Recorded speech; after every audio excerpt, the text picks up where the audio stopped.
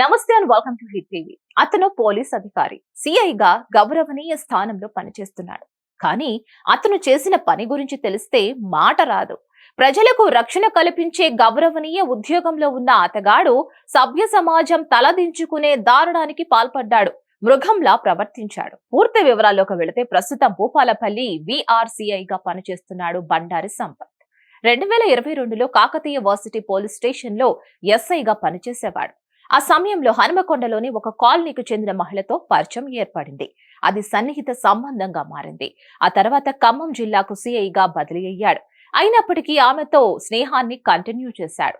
బదిలీ అయినప్పటికీ వారి బంధాన్ని కొనసాగిస్తూ వచ్చాడు. అదలా ఉండగానే ఇటీవల అతను జయశంకర్ భూపాలపల్లి జిల్లాలో VRCIగా ట్రాన్స్ఫర్ అయి వెళ్లాడు.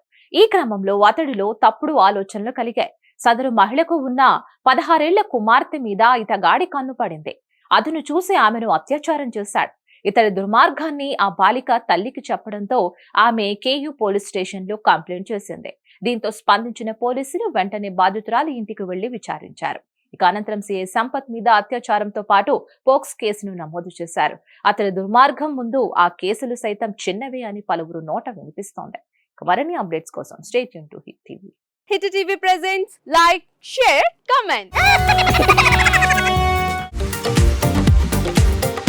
టీవీ వాళ్ళకు కూడా నేను ఒక సర్ప్రైజ్ ఇద్దాం అనుకుంటున్నాను. మీరు మాత్రమే జెస్సీ ఎందుకు అయ్యారు? ఇలాంటి అమ్మాయిలకి పిలవడానికి బాగుంటుంది. చందు సాయికి like you and have a జనాలకి ఒక పేరు నచ్చిందంటే దీనికి ఒక ప్రాసెస్ ఉంటుంది. ఎందుకు బాక్స్ డైరెక్ట్కి వెళ్ళిపోదాం. ఏదైనా ఒకటి మర్చిపోయినావా నువ్వు?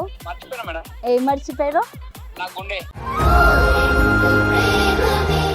ఏదో ఆ టైంకి మన సుడి బాగుంటే ఎవరన్నా చూపిస్తే రాయగలం కానీ డోర్ టు డోర్ సేల్స్ చేసేవాళ్ళు. శారీ వస్తుంది, శారీలో వెనకాల కట్టుకుని